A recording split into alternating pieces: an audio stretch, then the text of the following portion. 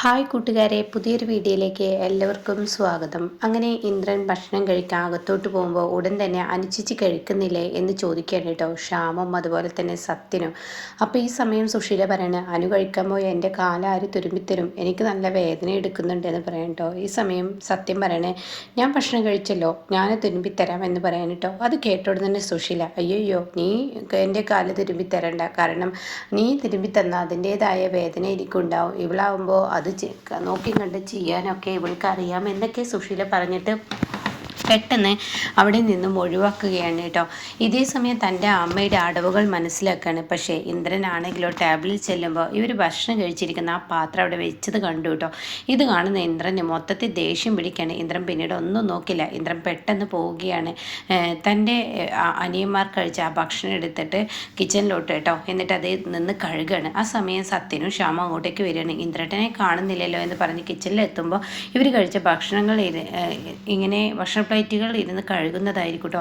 ഇത് കാണുന്നതിനോട് കൂടി സത്യനും ശ്യാമും ഒരേ സ്വരത്തിൽ പറയണേ, എന്താ ഇന്ദ്രേട്ട ഈ കാണിക്കുന്നത്, എന്തിനാ ഇങ്ങനെയൊക്കെ ചെയ്യുന്നത്, ഞങ്ങൾ ചെയ്യില്ല, ഞങ്ങൾ കഴുകില്ല എന്നൊക്കെ പറയുമ്പോൾ, നിങ്ങൾ കഴുകിയതാണോ ഇപ്പോൾ കണ്ടത്, നിങ്ങൾ കഴിച്ച ഭക്ഷണം പാത്രം പോലും നിങ്ങൾക്ക് കഴുകാൻ കഴിയില്ല എന്ന് ചോദിക്കുമ്പോൾ ശ്യാമു പറയണം, ഞങ്ങൾക്ക് കഴുകാൻ അറിയാത്തത് കൊണ്ടല്ല, പക്ഷേ അനുചേച്ചി ഞങ്ങളിത് കഴുകി വെച്ചാൽ.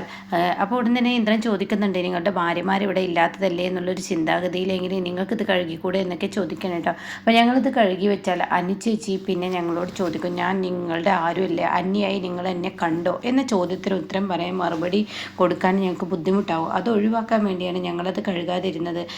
പിന്നീട് അമ്മ കാല് തിരുമുന്നതൊന്നും ഞങ്ങൾക്കറിയില്ല എന്ന് സത്യം പറയണം. അത് കണ്ടപ്പോൾ കഴുകാൻ വേണ്ടി വന്ന സമയത്താണ് ഇന്ദ്രേട്ടൻ ഈ പറയുന്ന ഈ പാത്രം കഴുകുന്നത് കണ്ടത് എന്ന് പറയട്ടോ. എന്തായാലും ഇന്ദ്രേട്ടൻ ഇങ്ങ് വായോ എന്ന് പറഞ്ഞിട്ട് ഇന്ദ്രേട്ടനെ അവിടെ ഇരിക്കാൻ നേരം ഒരു മിനിറ്റ് എന്ന് പറഞ്ഞിട്ട് അവർ കഴിച്ച വേസ്റ്റൊക്കെ അവിടെ നിന്ന് എടുക്കുകയാണ് കേട്ടോ. എന്നിട്ട് ഇരിക്കുക, ഞാൻ വിളമ്പിത്തരാമെന്ന് പറഞ്ഞിട്ട് പ്ലേറ്റൊക്കെ ഇട്ട് കൊടുക്കുക. അപ്പോൾ ഇന്ദ്രൻ പറയാം, ഞാൻ ഒറ്റയ്ക്ക് വിളമ്പിക്കോളാം. അപ്പോൾ ഷാൻ പറയുന്നത് പറ്റില്ല, ഇന്ദ്രേട്ടൻ ഞങ്ങൾ ഭക്ഷണം വിളമ്പി തരിക, ഇന്ദ്രേട്ടൻ കഴിച്ച പ്ലേറ്റ് ഞങ്ങൾ കഴുകി വെച്ചിട്ട് പോകുള്ളൂ, കാരണം ഞങ്ങളുടെ പ്ലേറ്റ് ഇന്ദ്രേട്ടൻ കഴുകിയ സ്ഥിതിക്ക് ഇന്ദ്രേട്ടൻ്റെ പ്ലേറ്റ് ഞങ്ങൾ കഴുകണമല്ലോ, പോടെ അവിടുന്ന് എന്ന് പറയുമ്പോൾ അത് അങ്ങനെ തന്നെയാണെന്ന് പറയണേ. അതേസമയം സത്യം പറയണേ, ഇന്ദ്രേട്ടാ ഞാനൊരു കാര്യം ചോദിച്ചോട്ടെ. എന്ത് കാര്യം? അതെ ഇന്ദ്രേട്ട, ഇനിയിപ്പോൾ ഇങ്ങനെയൊക്കെ അങ്ങ് നിന്നാൽ മതിയോ എന്തെന്ന് ചോദിക്കുന്നു കേട്ടോ. അല്ല ഇന്ദ്രേട്ട, അനുചേച്ചിയെ ഈ വീട്ടിലിട്ട് കഷ്ടപ്പെടുത്തുന്നത് കാണാൻ ഞങ്ങൾക്കാർക്കും പറ്റുന്നില്ല. ഇന്ദ്രേട്ടൻ എന്താ ഇങ്ങനെ മിണ്ടാതെ നിൽക്കുന്നത്? അതുകൊണ്ട് എന്തെങ്കിലും ഒരു മറുപടി കൊടുക്കണ്ടേ? വളർത്തമ്മ എന്നുള്ള പരിഗണന ഇന്ദ്രേട്ടനിലുണ്ട്, പക്ഷെ അനുചേച്ചിക്ക് അതൊന്നും ഇല്ലല്ലോ. അനുചേച്ചി എന്തിനാ ഇങ്ങനെയിട്ട് കഷ്ടപ്പെടുന്നതെന്ന് ചോദിച്ച ഉടൻ തന്നെ ഇന്ദ്രൻ പറയണേ, ഇതുവരെ ഞാൻ ജീവിച്ചത് സ്വന്തം പെറ്റമ്മയാണെന്ന് കരുതിയാണ് 32 വർഷം. ഇനി ഞാൻ ജീവിക്കുന്ന വളർത്തമ്മയാണെന്ന് കരുതിയാണ്. വളർത്തമ്മയുടെ പോക്ക് എങ്ങോട്ടാണെന്ന് അറിയട്ടെ, അതിന് ശേഷം വളർത്തമ്മയാണോ പെറ്റമ്മയാണോ ഏറ്റവും നല്ലതെന്ന് നോക്കുക, അതിനുശേഷം ഞാനൊരു തീരുമാനം എടുക്കുമെന്ന് പറയാനേട്ടോ. അങ്ങനെ ഈ വാക്കുകൾ കേൾക്കുമ്പോൾ ശരിയെന്നും പറയണേ. പിന്നീട് കാണിക്കുന്നത് വിനയനാണ്. വിനയൻ തൻ്റെ വീട്ടിൽ വലിയ സന്തോഷവാനാണ്. വിനയൻ അങ്ങോട്ടും ഇങ്ങോട്ടും നടക്കണം. ഈ സമയം മറ്റുള്ളവർക്ക് അതേ സന്തോഷമുണ്ട്. അവരും അവരുടെ വീട് തന്നെ ഒരു ശാന്തത വന്നതുപോലെ അവർക്കും തോന്നുന്നു കേട്ടോ. അങ്ങനെ അവരും സന്തോഷത്തോടു കൂടി ഇരിക്കുമ്പോൾ വിനയൻ പറയണേ, എന്തായാലും ഉദ്ഘാടനം വലിയ കേങ്കേമത്തിൽ നടത്തണമെന്നാണ് എൻ്റെ ആഗ്രഹം, എല്ലാവരെയും വിളിക്കണം. അത് കേട്ട ഉടൻ തന്നെ ലംബോദരൻ പറയണേ, എന്തിനാ വെറുതെ ആഘോഷങ്ങൾ ഇങ്ങനെ പൊടിപിടിക്കാൻ നിൽക്കുന്നത്, വെറുതെ നീ ഓരോന്നും മറന്നും കൊണ്ട് ചെയ്യാൻ നിൽക്കേണ്ട, നിൻ്റെ കൊക്കിനൊതുങ്ങുന്നത് നീ കൊത്തിയാൽ മതി.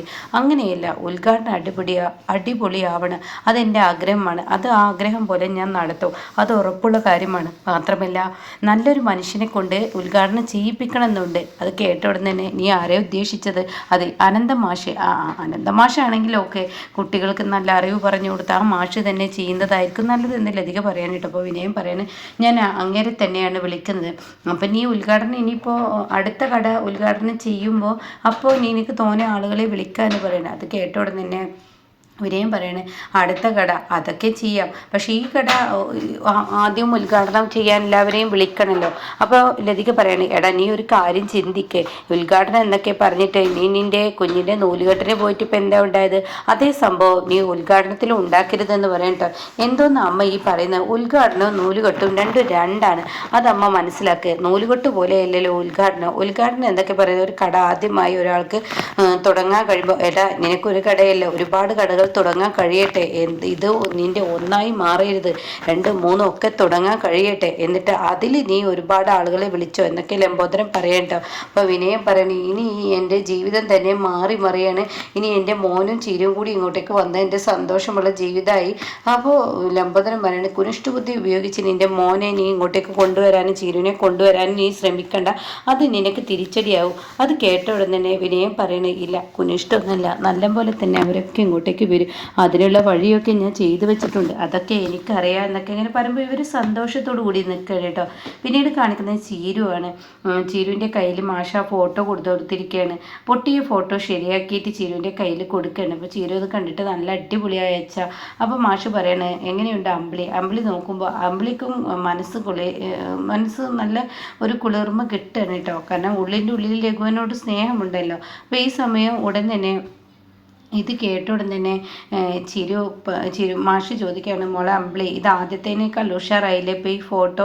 അപ്പോൾ അച്ഛൻ എന്തിനാ ഈ ഭക്ഷണം കഴിക്കാതെ ഈ ഫോട്ടോ നേരാക്കാനൊക്കെ പോയത്? ഞാൻ ചോദിച്ചതിന് മറുപടി പറ, നീ ആദ്യത്തേനേക്കാൾ ഉഷാറായില്ലേ ഈ ഫോട്ടോ? തീർച്ചയായും എന്ന് പറയുന്നത് ഇതാണ് ജീവിതം, അത് നീ മനസ്സിലാക്കി. എന്തും പൊട്ടി എന്ന് കരുതി അത് നീ അകറ്റരുത്, അത് ഒന്നുകൂടി പുതുമയുണ്ടാക്കാൻ പറ്റുമോ എന്ന് നോക്കണം, ആ ഒരു തോന്നലാണ് നിന്നിൽ വേണ്ടത് എന്ന് പറയുന്നിട്ടോ. അപ്പോൾ ഈ സമയം അമ്പിളി ഇങ്ങനെ ചെറിയ പുഞ്ചിരിയോട് കൂടി നിൽക്കുകയാണ്. ഇപ്പോൾ ഈ സമയം ഉടൻ തന്നെ ചിരി പറയണേ, അമ്പിളി ചേച്ചി അച്ഛൻ ഭക്ഷണം കഴിക്കാത്തത് കൊണ്ട് തന്നെ അമ്പിളി ചേച്ചി ഭക്ഷണം കഴിച്ചിട്ടില്ല. അപ്പോൾ അമ്പിളി ചേച്ചിയും കൂട്ടി അച്ഛൻ ഭക്ഷണം കഴിക്കുക. അപ്പോൾ അമ്പിളി പറയണേ, അത് വേണ്ട, അച്ഛൻ കഴിച്ചിട്ട് ഞാൻ കഴിച്ചോളാം. ഈ മോളെ അമ്പിളി, നീ എൻ്റെ കാര്യത്തിൽ ഇങ്ങനെ വിഷമിക്കണ്ട, കുറേ വെയിലും ചൂടൊക്കെ കൊണ്ടിട്ടാണ് നിങ്ങളെ ഞാൻ വളർത്തി വലുതാക്കിയത്. അന്ന് എൻ്റെ മക്കൾക്ക് ഞാൻ പറയുന്ന വഴിയേ ഉണ്ടായിരുന്നുള്ളൂ, ഇന്ന് എൻ്റെ മക്കൾക്ക് ഞാൻ പറയുന്ന വഴിയില്ല. നിങ്ങൾ തന്നിഷ്ടത്തിന് കാര്യങ്ങൾ തീരുമാനിക്കുന്നു. തന്നിക്കെന്നെ ഈ അച്ഛന് ഇന്ന് ഭാരം കൂടുതലും ക്ഷീണിതനാണ് അച്ഛൻ, അതുകൊണ്ടാണ് ഇങ്ങനെ പ്രശ്നങ്ങൾ വരുന്നത്. അതുകൊണ്ട് ഞാൻ നിന്നോടൊരു കാര്യം പറയട്ടെ, എൻ്റെ കൂടെ ഇരുന്ന് ഭക്ഷണം കഴിക്ക്. ഇവിടെ ഒരുപാട് പണിയെടുക്കുന്ന നീ മറ്റുള്ളവരെ കാക്കേണ്ട ആവശ്യമില്ല, നിനക്ക് കറക്റ്റിന് നേരത്തെ നീ ഭക്ഷണം കഴിക്കണം, അതുകൊണ്ട് വാ എന്നൊക്കെ പറഞ്ഞ് ചീര വിളമ്പി കൊടുക്കണം കേട്ടോ. അങ്ങനെ അവർ രണ്ടുപേരും ഒരുമിച്ചിരുന്ന് ഭക്ഷണം കഴിക്കണം. എന്നാൽ ഈ സമയം രഘുവിനെയാണ് കാണിക്കുന്നത്. രഘു ഭയങ്കര സങ്കടത്തോടു കൂടി മദ്യപിച്ച് വീട്ടിലോട്ട് കയറി വരുമ്പോൾ ഭാനുമ ചോദിക്കുക, എന്താ രഘു കയ്യിൽ? അത് എനിക്ക് കുടിക്കാനുള്ളതാ. ഓഹോ, അപ്പം നീ മദ്യക്കുപ്പി ഈ വീട്ടിലോട്ട് കയറ്റൽ തുടങ്ങിയോ? അത് കേട്ട ഉടനെ രഘു പറയണേ, ഞാൻ ഈ വീട്ടിലോട്ട് മദ്യം കൊണ്ടുവരുന്നതിൽ ഭാനുമക്ക് ബുദ്ധിമുട്ടുണ്ടെങ്കിൽ പറയൂ, ഞാൻ പുറത്ത് വെച്ച് കുടിച്ചോളാം, എനിക്ക് ഡ്രൈവ് ചെയ്യാൻ പറ്റില്ല എന്നതുകൊണ്ടാണ് കുറച്ച് മദ്യം കഴിച്ച് ഞാൻ ഇങ്ങോട്ടേക്ക് വന്നത്. അപ്പോൾ ഉടൻ തന്നെ ഭാനുമ പറയണേ, എനിക്കെന്ത് ബുദ്ധിമുട്ട്? ഇത് എൻ്റെ വീടല്ല, ഇത് മറ്റുള്ളവരുടെ വീടാണ്, ഞാനിവിടെ അഭയാർത്ഥിയായി വന്ന് നിൽക്കുന്നു. അപ്പോൾ രഘു പറയണേ, ഞാനും അങ്ങനെ തന്നെയല്ലേ, ഇന്ദ്രനും അനുപമയും ഇല്ലാത്തതുകൊണ്ടല്ലേ ഞാൻ ഇങ്ങോട്ടേക്ക് വന്നത്. അത് കേട്ട ഉടനെ, അതൊക്കെ ശരി തന്നെ രഘു, ഒരു കാര്യം ഞാൻ പറയാം, എന്തും ആവാം, പക്ഷെ നിന്റെ ജീവിതം നീ തൊലയ്ക്കരുത്. നീ മദ്യത്തിന് അഡിക്റ്റ് ആവുമ്പോൾ നിന്റെ ജീവിതം തൊലഞ്ഞു പോകുമെന്ന് നീ മനസ്സിലാക്കുന്നില്ല. നിനക്ക് വളർന്നു വരുന്ന ഒരു മോളുണ്ട്, ആ മോളെ മറന്ന് നീ ഇങ്ങനെ ഓരോന്ന് ചെയ്തു കഴിഞ്ഞാൽ പിന്നീട് നീ അനുഭവിക്കേണ്ടി വരും, നീ വിഷമിക്കേണ്ടി വരും, അന്ന് നിനക്ക് ജീവിതം തിരികെ കിട്ടില്ല എന്നൊക്കെ ഭാനുമ പറയുമ്പോൾ ഉടൻ തന്നെ രഘു പറയണേ, എനിക്ക് കുറച്ച് മദ്യപിക്കണം, ഞാൻ അതുകൊണ്ടാണ് കൊണ്ടുവന്നത്, എന്നും ഈ മദ്യമൊന്നും കഴിക്കത്തില്ല. രഘു, ഞാനൊരു കാര്യം പറയാം, മദ്യം കയറ്റുന്ന വീട് പിന്നീട് ഒന്നിനും പറ്റില്ല, വെടിഞ്ഞു പോകത്തുള്ളൂ എന്നൊക്കെ ഈശ്വരന്മാർ പണ്ടത്തെ ആളുകൾ പറയും എന്നൊക്കെ അങ്ങനെ പറയട്ടെ. അപ്പോൾ അത് കേട്ട ഉടൻ തന്നെ രഘു പറയണേ, എന്തിന് ഇന്നും ഞാൻ മദ്യമൊന്നും കയറ്റുന്നില്ലല്ലോ, ഇന്ന് മാത്രമല്ലേ, അതുകൊണ്ട് ഭാനുമ ക്ഷമിക്കുക എന്നൊക്കെ പറഞ്ഞിട്ട് രഘു പോവുകയാണ് കേട്ടോ. എന്നാൽ ഈ സമയം ആമിയാണ് കാണിക്കുന്നത്. ആമി തൻ്റെ കുഞ്ഞിന് പുറത്തിരുന്ന് ഭക്ഷണം കഴിക്കുമ്പോൾ അങ്ങോട്ടേക്ക് ആ വാർഡൻ വരണം കേട്ടോ. എന്നിട്ട് ആമിയോട് പറയണേ, ആമി, രഘു ഒരു പാവം പയ്യനാണ്, അവൻ നിന്നെ കാണാൻ വന്നു എന്നുള്ളത് ശരി തന്നെയാണ്, എന്നാൽ നീ അവൻ്റെ സഹായം എന്തിനാ നിരസിക്കുന്നത്? അത് കേട്ടുടനെ ആമി പറയണേ, എനിക്ക് അയാളുടെ സഹായം വേണ്ട, അയാൾ എന്നെ സഹായിക്കുമ്പോൾ അയാളുടെ ജീവിതം തകരുന്നു എന്ന് അയാൾ ചിന്തിക്കുന്നില്ല.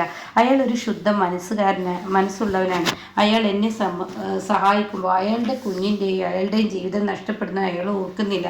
അപ്പോൾ അതുകൊണ്ട് അയാൾ നല്ല മനസ്സുള്ളവനാണ്. അപ്പോൾ അത് കേട്ടോടെ തന്നെ രഘു, ആമിയുടെ സംസാരം കേട്ട വാടൻ പറയണേ, രഘു നീയൊക്കെ നല്ല മനസ്സുള്ളവർ തന്നെയാണ്, എന്നാൽ നിങ്ങളുടെ ഈ സംസാരമൊക്കെ കേൾക്കുമ്പോൾ നിങ്ങളെ ഉപേക്ഷിച്ച് പോകാൻ എനിക്കും തോന്നുന്നില്ല. അപ്പോൾ ഉടൻ തന്നെ ആമി പറയണേ, എൻ്റെ മിസ്സേ, നിങ്ങളെപ്പോലെയുള്ളവരോട് സംസാരിക്കുമ്പോഴാണ് എൻ്റെ മനസ്സിനൊന്ന് ആശ്വാസം കിട്ടുന്നത്. എനിക്ക് മിണ്ടാനോ പറയാനോ ആരും തന്നെ ഇല്ല, ആകെ ഒരു സഹായമായത് നിങ്ങൾ മാത്രമേ ഉള്ളൂ. അപ്പോൾ അതുകൊണ്ട് തന്നെ നിങ്ങളുടെ ആശയത്തിലാണ് ഇപ്പം ഞാൻ ജീവിച്ചു പോകുന്നത്. ആരും ഇല്ലാത്തവർക്ക് ദൈവം തുണയായി വരും എന്ന് പറയുന്നത് പോലെയാണ് നിങ്ങൾ എനിക്ക് തുണ എന്നൊക്കെ പറയുന്നുണ്ട് കേട്ടോ. എന്നാൽ ഈ സമയം സുശീലയാണ് കാണിക്കുന്നത്. സുശീലയുടെ അടുത്ത് സോന വരുമ്പോൾ സുശീല മുഖം കയറ്റിപ്പിടിക്കുകയാണ്. അപ്പോൾ സോന ചോദിക്കുക, അമ്മ എന്താ മുഖം കയറ്റിപ്പിടിച്ചത്? എടി, ആവശ്യങ്ങൾക്കൊക്കെ നിനക്ക് എന്നെ വേണം, ബ്യൂട്ടീഷ്യൻ കോഴ്സ്, ആ കോഴ്സ് എന്നൊക്കെ പറഞ്ഞ് ഞാൻ നിന്നെ പഠിക്കാൻ വിട്ടിട്ട് ഇപ്പോൾ അത് കഴിഞ്ഞ് അവിടുത്തെ വിശേഷങ്ങളൊന്നും നിനക്ക് എന്നോട് പറയാൻ കഴിഞ്ഞില്ല. അപ്പോൾ അത് കേട്ടോടെ തന്നെ സോന പറയുന്നത്, ശ്യാമമോളും ഞാനും പിരിഞ്ഞിരിക്കുന്നത് ഇതാദ്യമായിട്ടാണ്. ഒരുപാട് കാലത്തിന് ശേഷം ഇങ്ങനെ ഒരു പിരിച്ചിലായപ്പോൾ അവൾക്കൊരു സങ്കടമുണ്ട്, എനിക്കൊരു സങ്കടമുണ്ട്. അപ്പോൾ അവളുടെ സങ്കടമൊക്കെ തീർത്ത് അവളുമായി കളിച്ച് അവൾക്ക് പാലൊക്കെ കൊടുത്ത് വരാൻ വേണ്ടി ഇരുന്നതാണ്. അല്ലാതെ അമ്മ വിചാരിക്കുന്നത് പോലെ അമ്മയോടുള്ള ദേഷ്യമോ ഒന്നുമല്ല. അപ്പോൾ ഉടൻ തന്നെ സുശീല പറയണം, എൻ്റെ മക്കൾക്കൊക്കെ എന്നോട് ദേഷ്യമായിരിക്കും, കാര്യത്തിനൊക്കെ ഈ അമ്മയെ വേണം. അപ്പോൾ ഉടൻ തന്നെ സോന പറയണം, ബ്യൂട്ടീഷ്യൻ കോഴ്സൊന്നും കുഴപ്പമില്ല അമ്മേ, ബ്യൂട്ടീഷ്യൻ ക്ലാസ്സൊക്കെ പെട്ടെന്ന് പഠിച്ചെടുക്കുക, എങ്ങനെയുണ്ട് നിനക്ക് വേഗം ചെയ്യാൻ കഴിയുന്നുണ്ടോ? ഇതിനോട് ഇൻട്രസ്റ്റ് ഉള്ളവർക്ക് ആർക്കും ചെയ്യുക, അല്ലാത്തവർക്കാണ് പാട്, അല്ലാത്ത കുഴപ്പമൊന്നുമില്ല. ഏതായാലും എനിക്ക് പഠിച്ചിറങ്ങിക്കഴിഞ്ഞാൽ വേറെ എല്ലായിടത്തും ജോലിക്ക് പോകേണ്ടി വരും, ജോലിക്ക് പോയിട്ട് വലിയ കാര്യമൊന്നുമില്ല.